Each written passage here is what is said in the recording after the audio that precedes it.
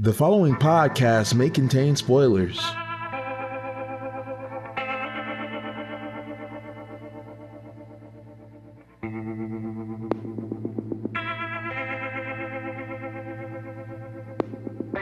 Hello, dear listeners.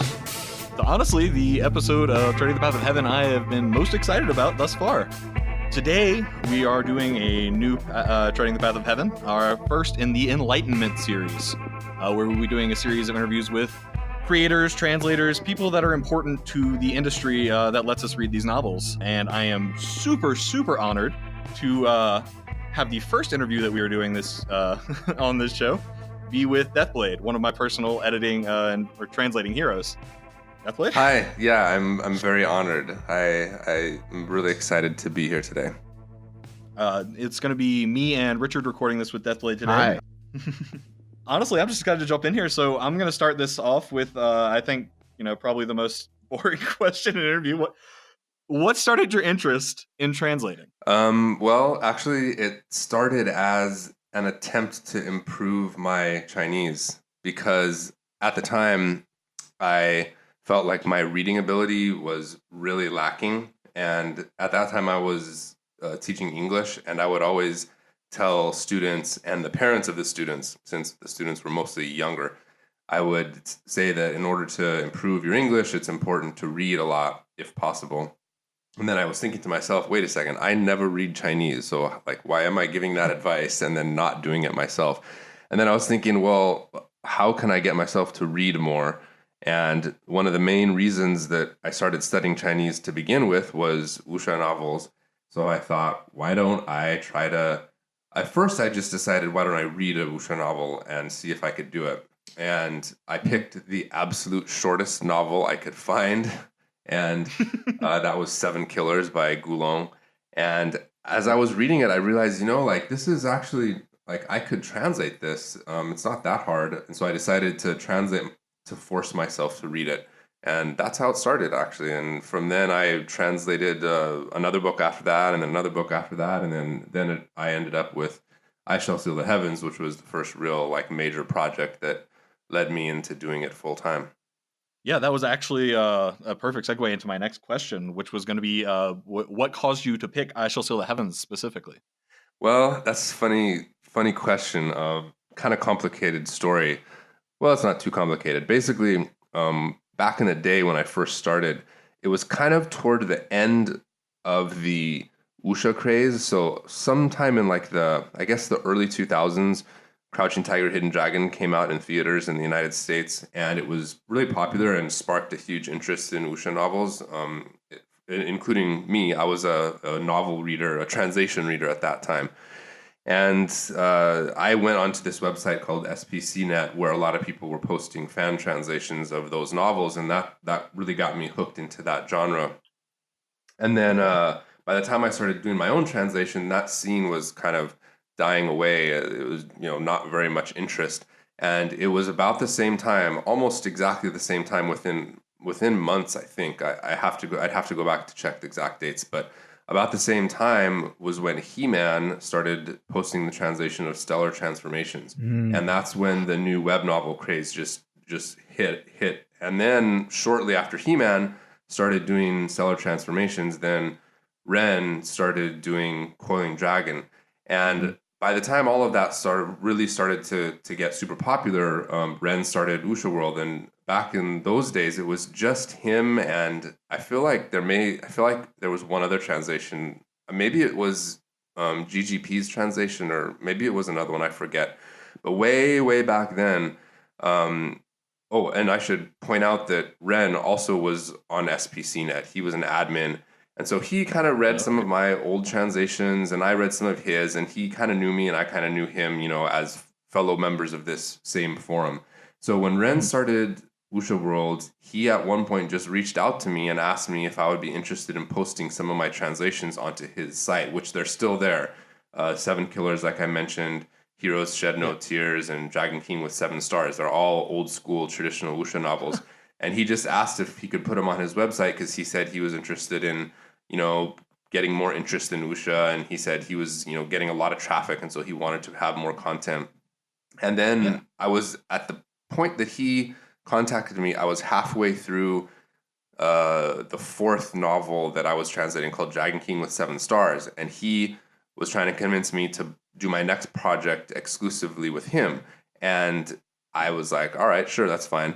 And he said, well, originally I asked him if I could do my own novel, and he said yes, but that he suggested doing a translation. And I just was like, well, what do you suggest? And he said, well, there's this novel called 我与风天, and which of course the English translation that we came up with for the title is called I Shall Seal the Heavens, although not originally. We originally were going to call it something else, but so it was just his recommendation, and he didn't like force me to or anything. He just said check it out. So I checked it out, and I read the first chapter too. It seemed kind of hard, but not too hard.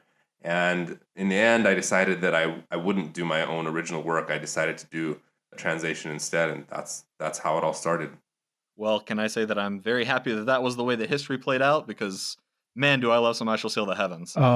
To chime in here, I'm curious, what were some of the other names you guys thought of for I Shall Seal the Heavens, since this was the one you guys went with?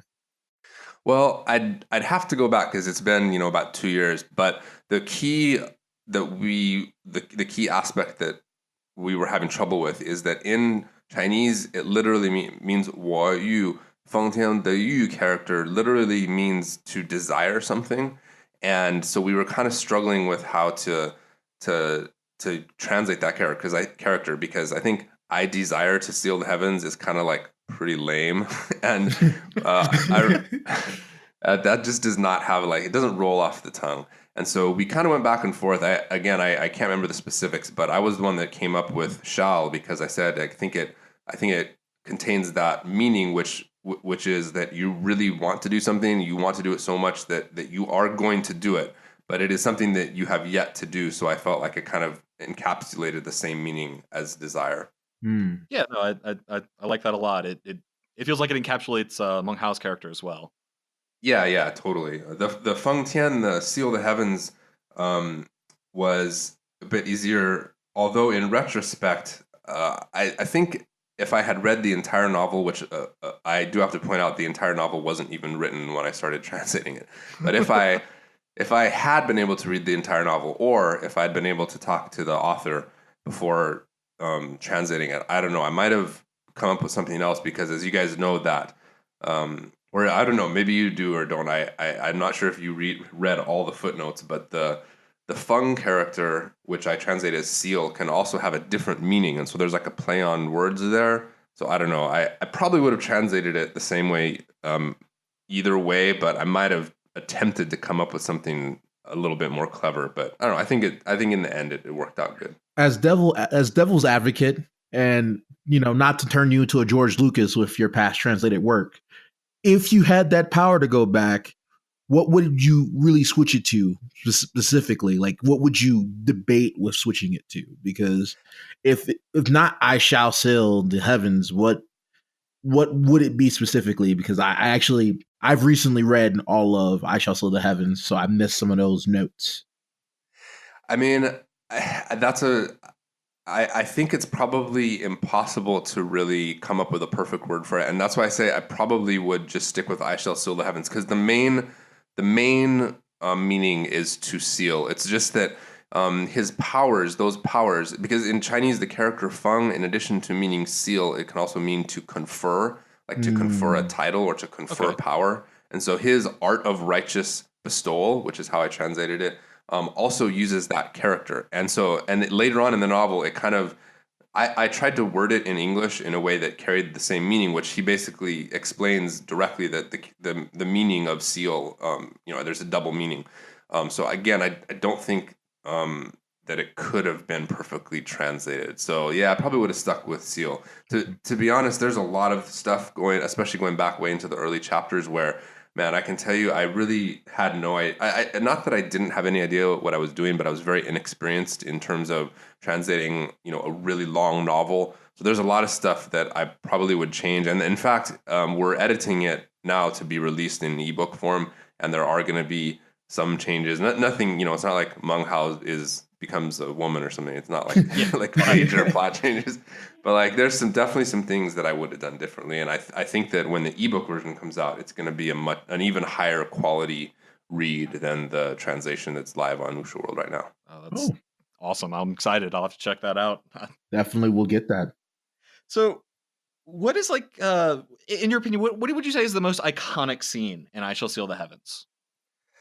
Man, that most iconic scene. Geez, I mean, that's really hard to say. I mean, there's so many chapters. I think,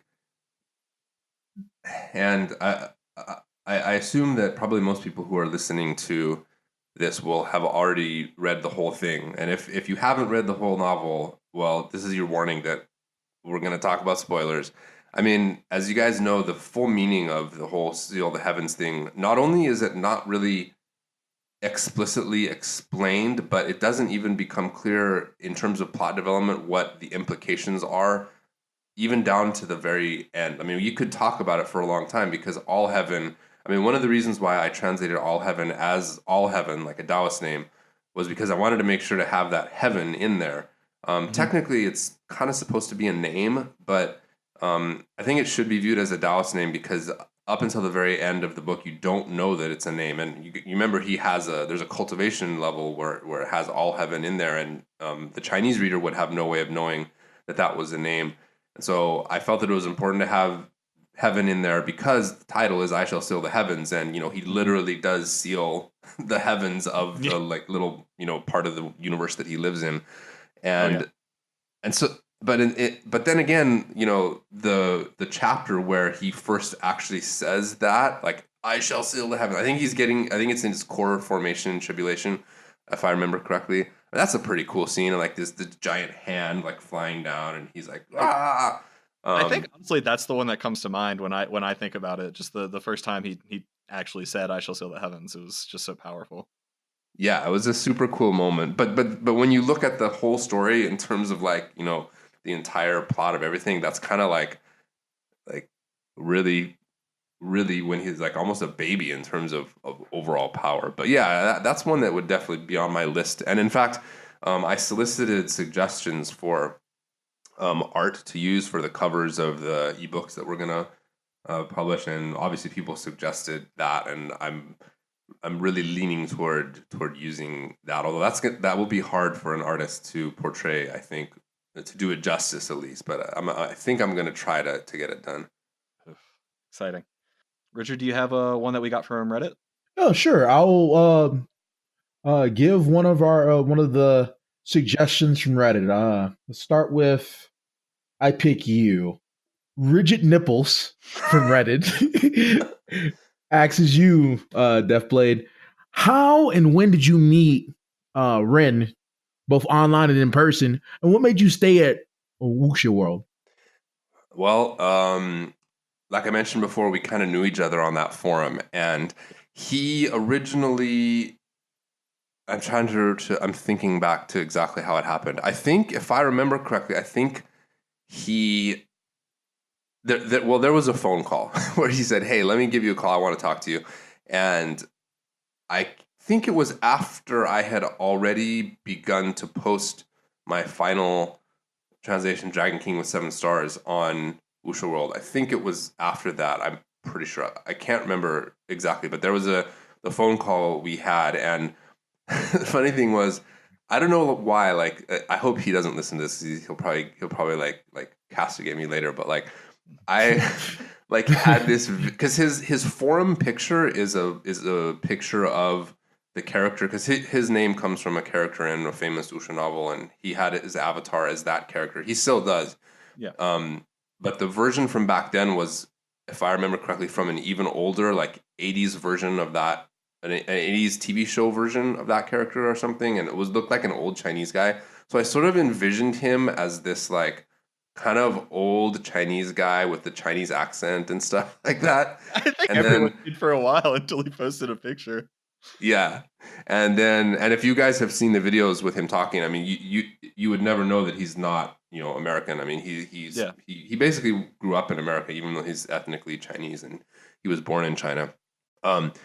so that was the first time we like quote unquote met. The first time we met in person was actually when I went on vacation to Vietnam, and that was just before baby Deathblade came along. He was, I think that was maybe 4 months or 5 months before he was born, and we went on a vacation to Vietnam, and that was when Ren was living and working in Vietnam, and it was completely coincidental. I had planned to go on the vacation already, and since he was there, I decided, hey, why don't we meet up? So we had a dinner there where we sat down together for the first time, and then to follow up with the end part of the question, why I chose to stay with Wuxia World. I mean, I'm not sure what exactly that's referring to, but like I don't know where I would go if I wasn't at Wuxia World.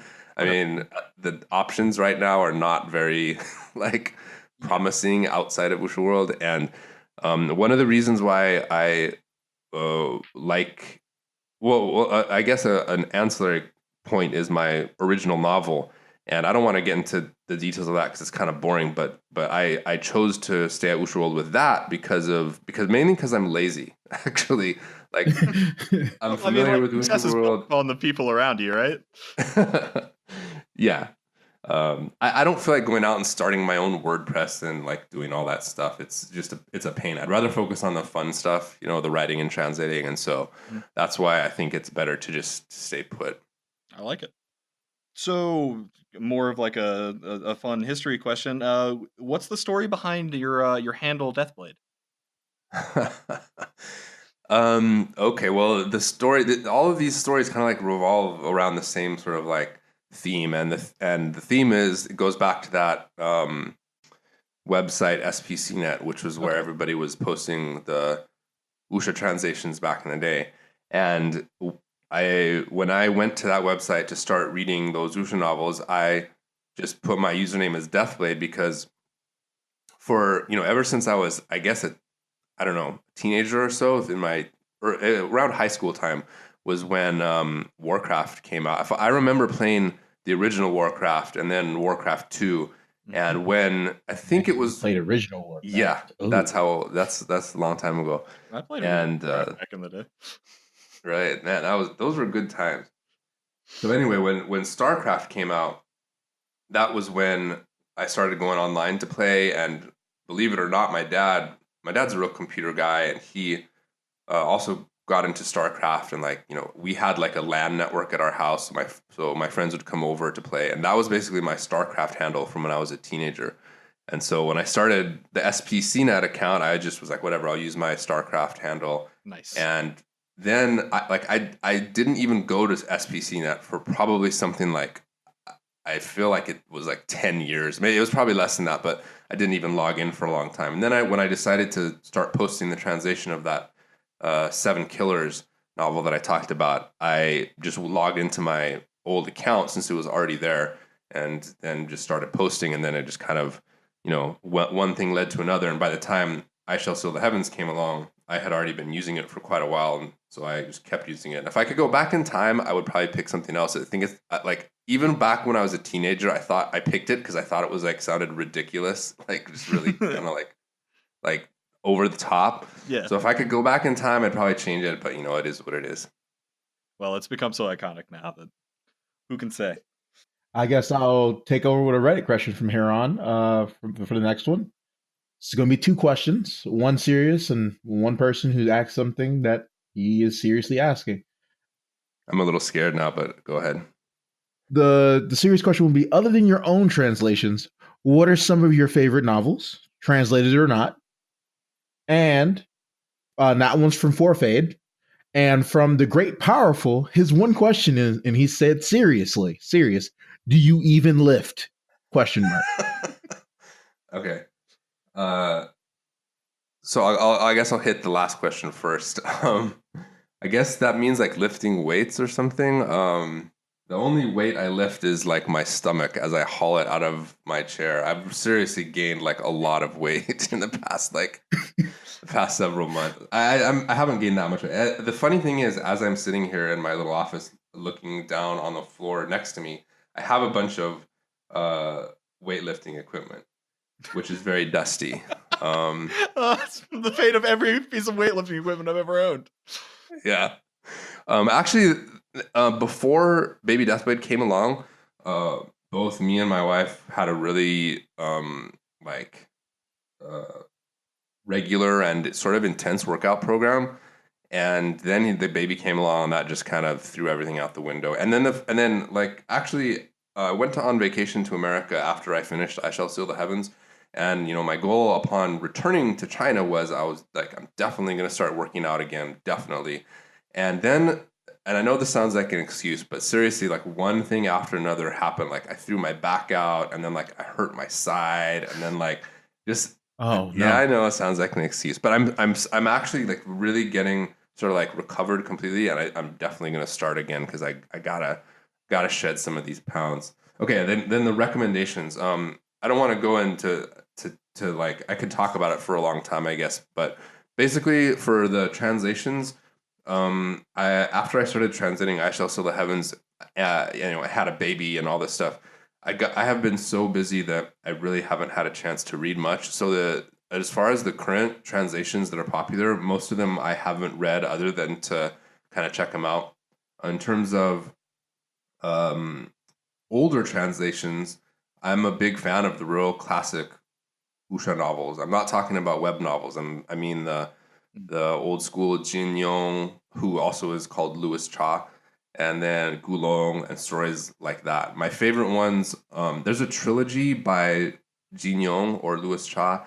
That trilogy, it goes by various names. It's usually called the Condor Heroes trilogy, and you can find that translation online. The three books are called Legend of the Condor Heroes, Return of the Condor Heroes, and Heavenly Sword and Dragon Saber. That whole series is really good. My favorite one is the second book, which is Return of the Condor Heroes, and that's like one of the most popular wuxia books of all time. And incidentally, there's a professional translation of that entire trilogy coming very soon. The first book is going to be released early next year. That's the Legend of the Condor Heroes, and it's being translated by someone whose name I forgot because it's not one of the popular translators online. So that's pretty exciting.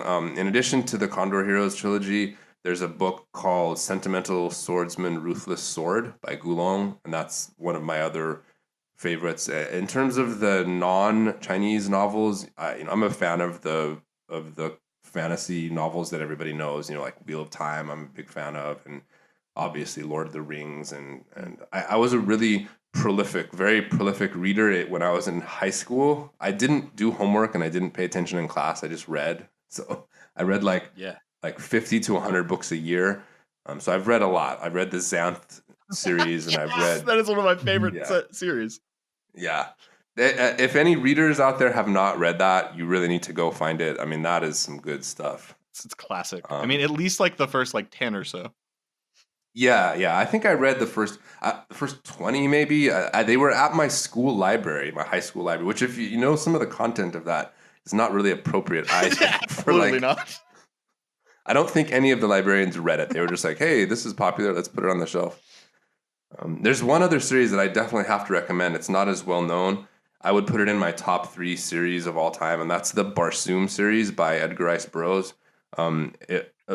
It's also called the John Carter of Mars series. There was a really poorly made movie that came out a few years ago based on it. They butchered that. I've actually read some Yeah, of Barsoom. that's old school pulp fiction, and it was really influential to me as a kid. I read the whole series a couple times. It's pretty short, and you can actually get a lot of the book. Some of the books are in public domain, and you can find them at the Gutenberg Project, I believe. The first 3 are available for free. So just search for your Barsoom, Barsoom, or John Carter of Mars, and those are pretty cool too.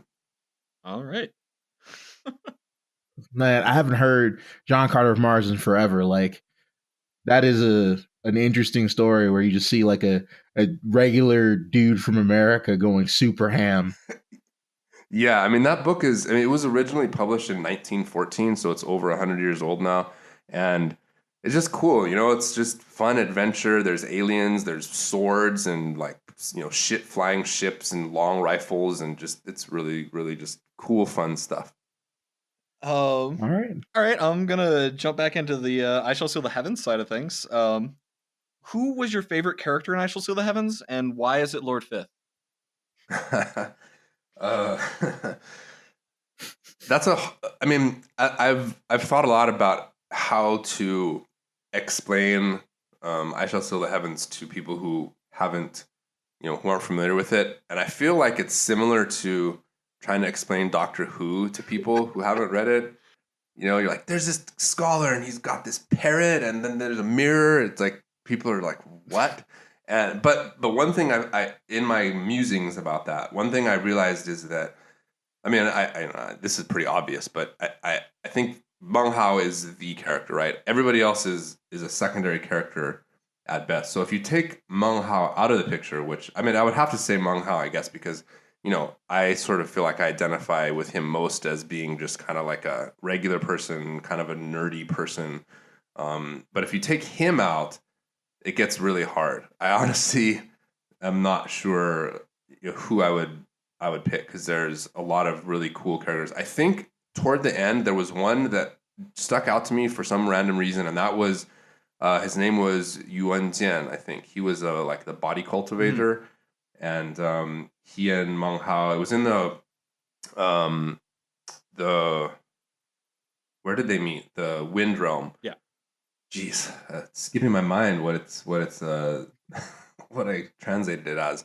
Anyway, he was kind of a scoundrel guy, and I liked him a lot. But as far as the rest of the classic characters, it's really hard to say. They all have their good points and their downsides. What was the other? There was another. Oh, Lord Fifth.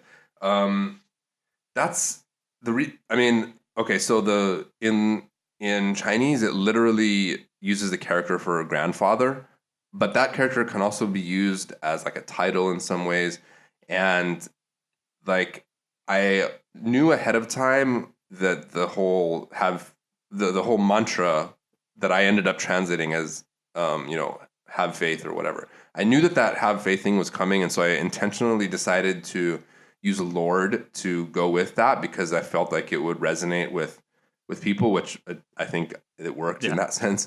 And after that, I've actually taken to translating that character as Lord more often in other situations, because I think the reason or the feeling behind it is supposed to be like something that something grand, and as opposed to Grandpa. Like, if he was Grandpa Fifth, I feel like that would come across as extremely creepy, like, considering what he does.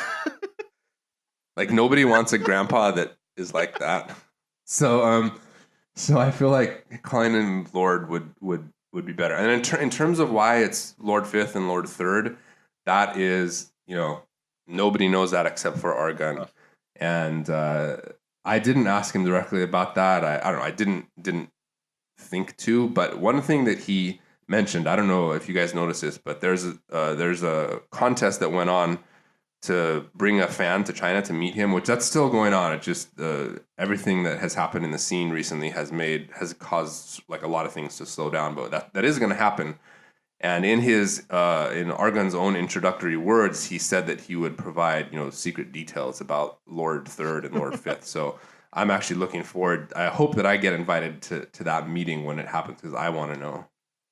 Now, are you allowed to spoil those secret details for those plebs like us that won't get to hear that special secret information? Well, that'll be up to him. If he gives me the go ahead, then definitely. I can hope. I have a question for you. Let me we'll pull that up from him.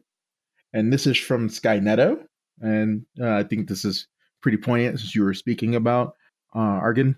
If you had to choose any other novel to translate that wasn't written by Argun, which one would it be? Well, that's a hard question, because the thing is, I'm not very familiar with the content in Chinese. Like, these novels are really long, and it would be hard for me personally. I mean, I read pretty fast, but I don't read that fast. It would be a challenge to go through a huge novel in English with my current schedule, let alone Chinese, because I read probably at half the speed I do in English when I read Chinese. So other than kind of just like random things I've heard, it's really hard to say. Based on my current understanding, Argun tends to be a little bit superior in terms of his writing ability. Like, he tends to sound a little bit more literary in some ways. So if I was going to pick somebody else, like let's say that there were no translations and I could pick I eat tomatoes or I could pick Tangjia Sanshao or something, I'd probably pick one of the top ones, and I would probably go with somebody like I eat tomatoes, because from what I understand, it's in a lot of ways easier to translate their stuff because it's not as Yeah, complicated. I've constantly Mhm. marveled at your ability to capture Argan's eloquence. So like, I could understand why you'd want to move in that direction. I appreciate that. I mean, the other option would be to do the opposite and try to find. I mean, like for example, however good Argan is, he's still a web novelist, and Jin Yong is a real author, and it's been a really long time since I've read any of the translations of his work, so I can't comment on the quality of the translations that exist on the web, but his Chinese is so complicated because he writes in a style that's like similar to ancient Chinese, and I can't even read it. Like I have some of his books on my shelf, and I try to read it, and I just can't barely get through a couple lines. So the other option would be to try to push my ability even beyond what it is now and pick something even harder than Argon. So Break through to the next level of translation. yeah. So I'd have to consider which to do. To chime in with a quick follow up question there, because of the difficulty of Chinese and translating it over to English, I'm both marveled how you're able to convey in your writing, in your translations, the humor, and I shall see the heavens and now will eternal, when things don't directly translate and stuff of that nature. Like, how are you like getting the general gist of a comedic situation and then writing it in your own words to put out, or are they able to easily translate over and still be funny? It's a mix of the two. I mean, there's kind of two types of humor in my opinion, at least in terms of the translation. One is the situational humor, which is, like a funny situation, and that, I don't think really needs to be finessed very much. It's like when somebody falls down the stairs, like that's funny to anybody in any culture. Okay, as long as they don't get hurt. Sorry, it's funny just based on what's happening. And then there's the things that have to do with language, and especially the dialogue. Like when the characters say funny things, I feel like I mean, again, I don't really know. It's hard for me to judge how my own translation is. So I appreciate you saying that it's funny, and I really try to make that happen, because I talked about this with Argun, actually, this kind of general concept. He and I are on the same page, and I was really delighted when I heard him say this, because I didn't solicit it. He just randomly said it. He basically said that the translations should elicit the same like emotional responses in people as the original Chinese. And I could talk about this for a really long time. My theory, or you could say my Tao of translation, is I feel like that's the most important thing, is that the readers sort of experience the same thing that the reader does in the original language. And that's why I'm not a fan. I just made this big kind of rant earlier this morning in the A Will Eternal Discord server about this. What's more important is that I think that the readers experience the same thing that the Chinese readers do.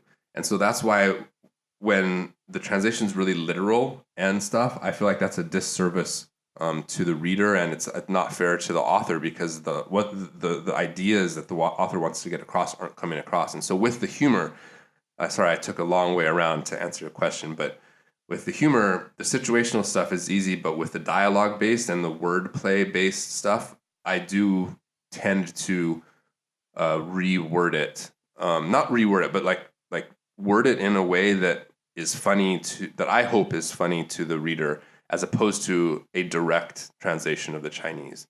It's just how Chinese is different. Chinese people think differently, and the language itself is very different than English. In a lot of ways, the vocabulary used in Chinese is a lot there's a lot more limited than in English. And Chinese has this huge reservoir of idioms and things like that, and cultural references.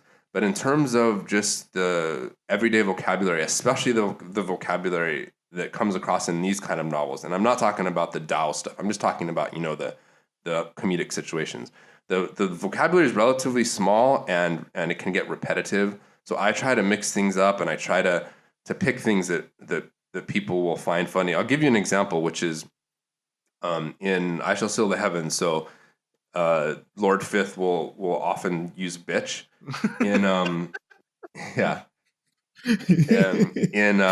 In Chinese, he doesn't use that word. In Chinese, he uses the word your sister, and yeah, and so like I could have translated that, and most translators do. Most translators translate the like your sister, your grandmother thing, and the thing is like it is funny to English native English speakers, but it's funny for the wrong reason, in my opinion. It's funny because it sounds like silly, right? But in Chinese, it does not sound silly. Like to say like your sister, like if you're doing it with in my opinion, it's exactly like bitch. Like if you're with your friends and you're like, what up, bitch? Like it's like, haha, cool. But if you say that to somebody you don't know with the wrong tone, it's like really offensive. And it's the same with that your sister thing. Like depending on how you use it and who you use it with, it can be really offensive, and it doesn't sound funny just because it sounds silly. So I tend to get a little bit more like what I would say like native in terms of the English side and less literal to try to carry across that humor. Well, you've hit on all nine, sir, so I really appreciate the work you do.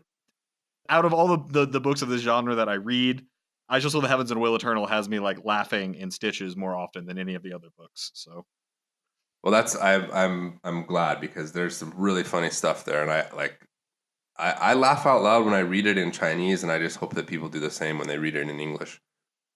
So this is just more of a curiosity on my part. At what point during the story of I Shall Seal the Heavens did you read the ending of I Shall Seal the Heavens?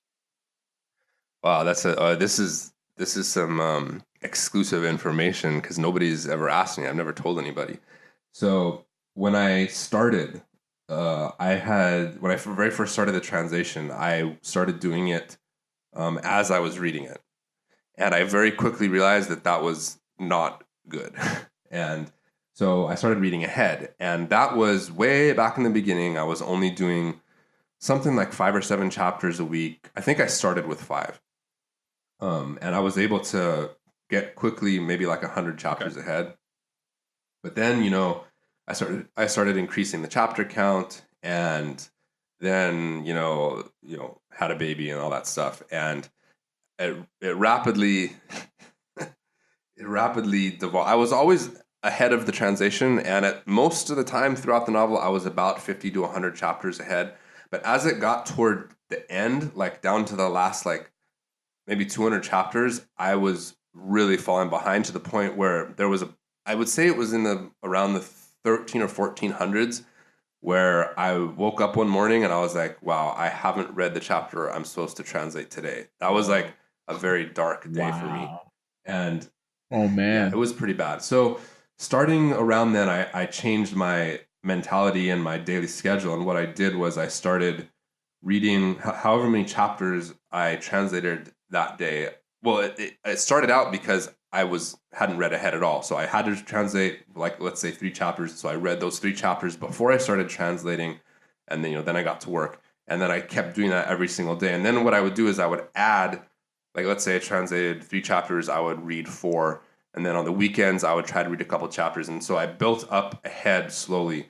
And so to answer your question, I actually read the final chapter when I was on the plane to go meet Argun in person, which was only a few weeks before I finished the novel. Now, and let me just clarify that. Like, I had gone ahead to like scan the chapter, like, and I knew the ending based on reading the summaries in Chinese and stuff. But the first time I actually read it was that time, only a few weeks before the end. And that's that's amazing. But to chime in on that ending, how did you feel when you read that last chapter? Was it like a feeling of euphoria, or was it like or how about when you published that finished translating the last chapter? How did you feel? It was, I don't know, it was when I finished reading it, it was sort of like a relief, like, because, and another thing was, so, we all know the ending line with Chu Yuan, and I had read that part, way long time ago. I read the entire end chapter, but the thing was, I didn't really understand it when I read it. Like, I didn't quite get the point. And so I had been waiting for that entire time to read it in context. And it was really cool. I was like, oh, okay, now I finally get it. And I was just like, I was relieved. I was like happy. I was a little bit sad. I was relieved. And then in terms of when I actually translated it, it was like a really weird feeling. It was like, I was just like, wow, like, over 1,600 chapters, 2 years of my life.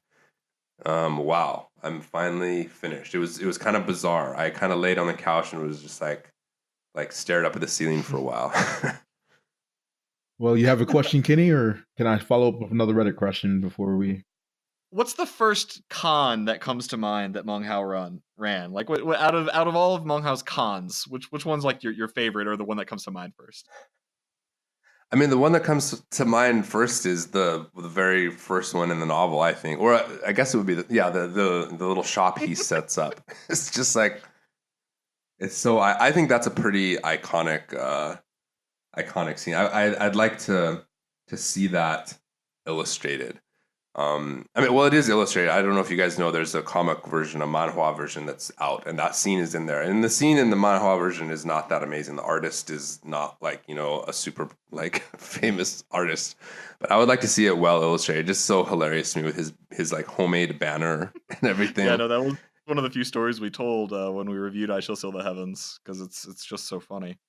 That story literally hooked me into finishing this novel. Like I got to that point while reading it, and I was like, "This is amazing." There was another one. There's two. If I remember correctly, there was this one where it was when he was in the Milky Way Sea, and like they were like checking like how many demon hearts he had, I think. Yeah. And I'm pretty sure it was in that scene where somebody literally like passes out from shock, and like falls over on his face, and like the levels of shock in those chapters were like just amazing. Well, Richard, do we have any more Reddit questions? Oh yeah, there's a couple. I'm gonna get these knocked out, and it's funny. Well, let me read that. It's VVOVV underscore, and Forfeit kind of asks the same kind of question. Forfeit asks he was like, "What are some of your favorite like tropes? What are in web novels?" And VVOVV underscore asks in light novels and web novels, what are the tropes that make you facepalm, that make you want to consider dropping the novel? Oh, that's interesting. All right, let me think for a second. Can you guys cut this audio out if I take like a minute to think? Oh yeah, I'll edit it and I'll make it like real snappy. Okay, let me think about this for a second. That's a hard question. Okay. I never even thought about it before. Okay, well, that's a hard question. I think, like, I've been sort of immersed in Chinese culture for such a long time that, to be honest, a lot of the things that might jump out to people who are not familiar with Chinese culture and language, to me, they kind of just sort of roll off my back, I think. And actually, this kind of goes back to, I'm going to sort of shift this answer a little bit, because I can't think of anything off of the top of my head that jumps out to me that sort of like grates on me in Chinese. But what does grate on me is when there are things that get translated in what I feel to be a wrong way. And I guess I shouldn't say wrong, but let's say a way that's different from the way that I would do it.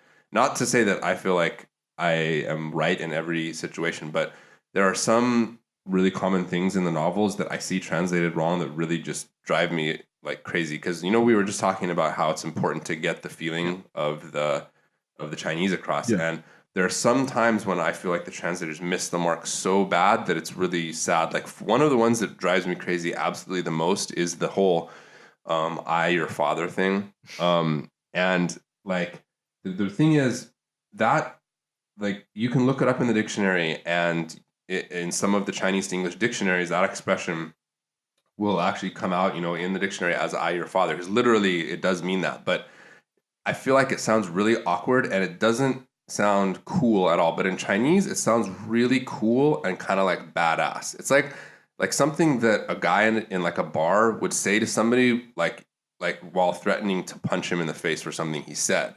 But like if you're in a bar in America, like some guy is like annoying you and you're like, I, your father, will punch you in the face. Like, I don't think anybody's going to take you very seriously.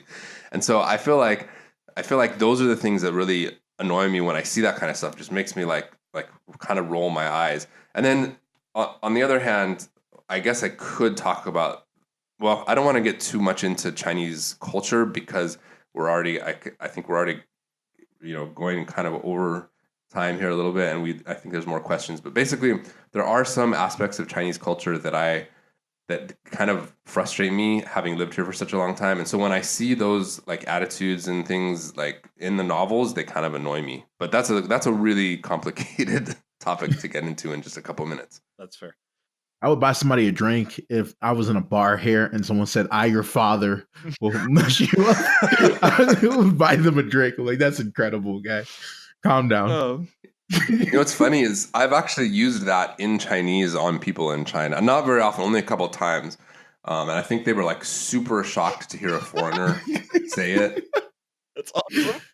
It'd be like, I don't know. I don't know what the equivalent would be, but it would be kind of like, if you saw some like Chinese guy that had an accent just bust out some like really like hardcore like cussing, and you would just be like, whoa. That would be incredible. I would buy that guy a drink too. All right, I got a few more because Fourth Aid actually had a lot of questions for you, Deathblade. So I'm going to keep going with it. All right, bring them on. Let's see. Fourth Aid axes. Do you have any tips or tricks for learning a new language? Yeah, I mean, I have an FAQ on Wuxia World about learning Chinese, so check that out. But if I was going to distill it down into a couple words, I would say that the two most important things are maintaining a schedule and putting in hard work. I know it sounds silly, but it requires a lot of work, and you really need to do it every day, especially with Chinese. I think other languages that are more similar to English, like Spanish or French or something, are probably a lot easier in certain ways. Chinese is definitely not a very easy language, especially if you bring reading into the picture. So you gotta have a schedule. You have to find the methods that work for you. So I used a lot of different methods over the years, and my suggestion is don't just go onto some website, including my own. Don't just go and like read an article that says this is the best way to learn a language, and then just do that, and then it doesn't work for you, so you give up. If something doesn't work, then try another method. There's a lot of different methods that you can use to learn language. So mix through them, find the ones that work for you, and then continue to do them a lot and spend a lot of time at it. Awesome. Wow, that's a lot of good information. And I have one more question from Fourth Aid.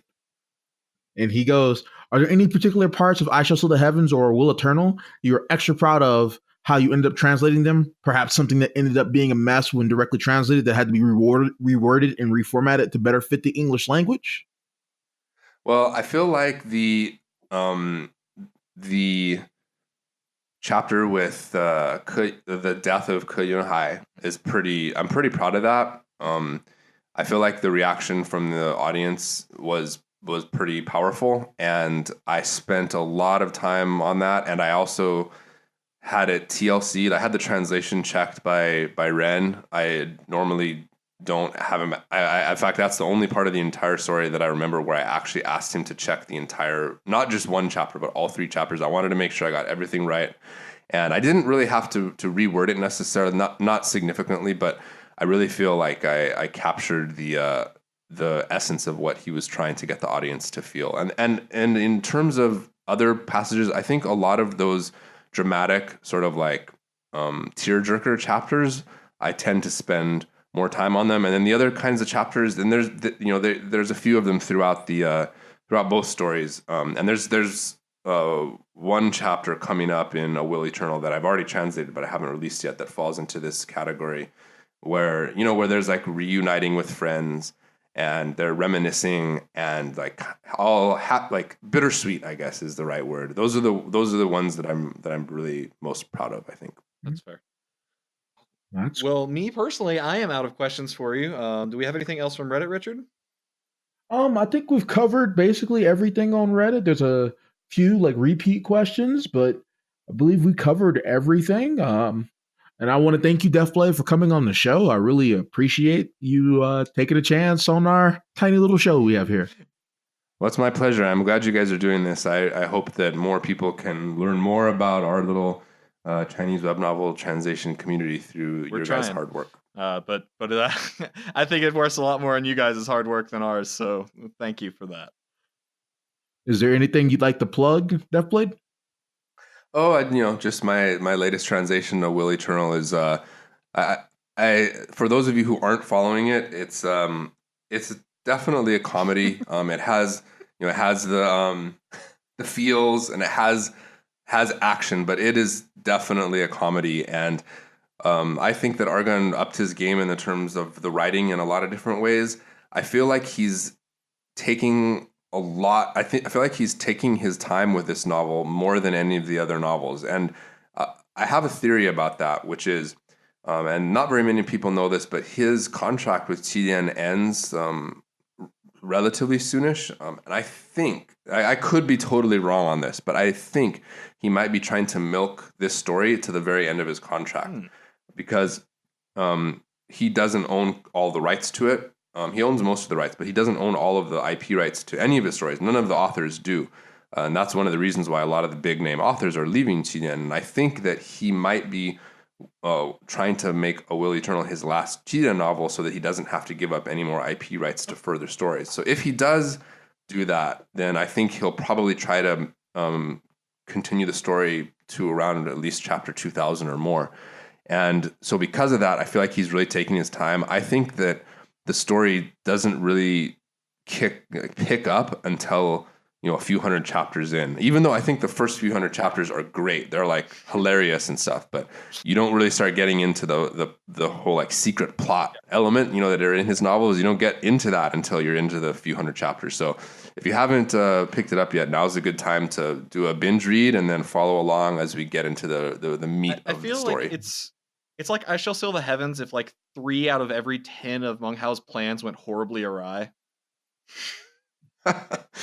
Yeah, it's man, I laugh when I read it, I laugh when I translate it, and I laugh when I edit it. It's a lot of fun. And incidentally, he specifically said to me and to Ren when we went to meet him that he wants this just to be a fun and relaxing novel. So the seriousness in his novels, the first one, Renegade Immortal, is, I haven't read it, but I haven't read very much of it, but based on everything I've ever heard, it's like kind of makes you want to commit suicide when you read it, but like in a good way.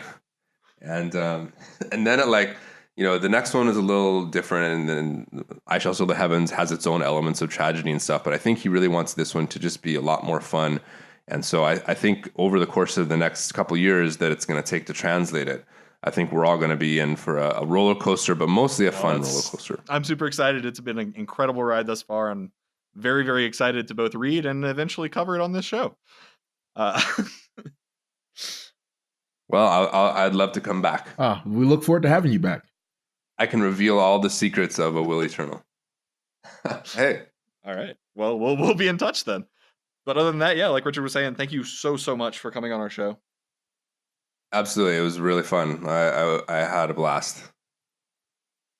You can follow us on Twitter at tiger.rollercoaster.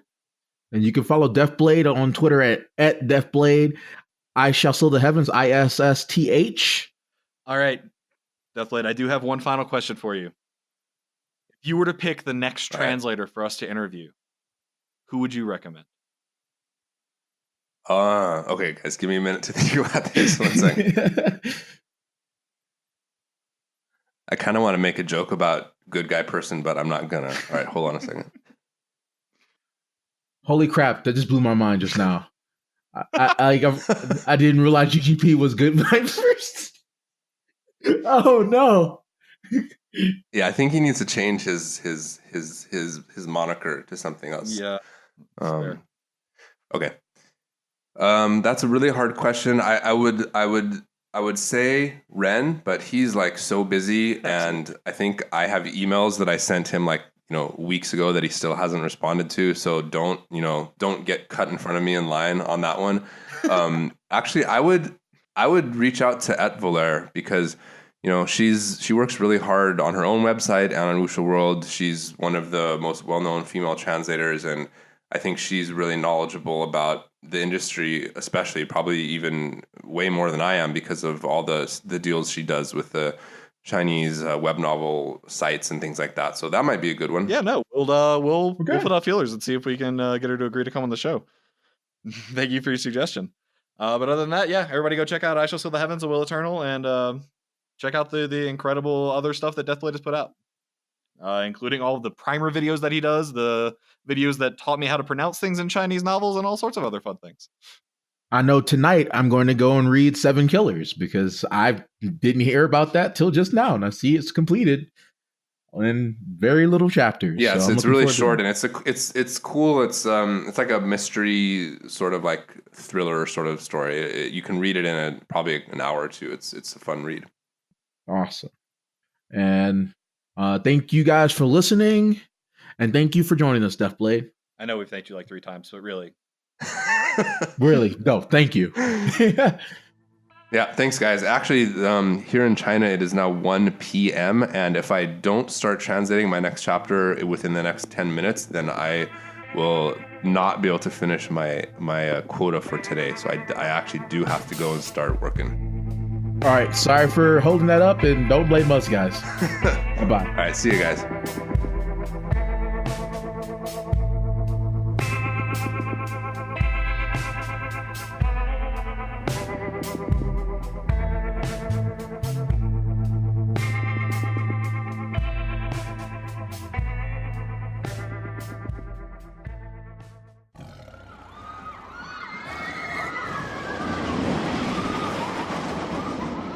Tiger Roller Coaster Productions. Tigers are scary. You try to get off.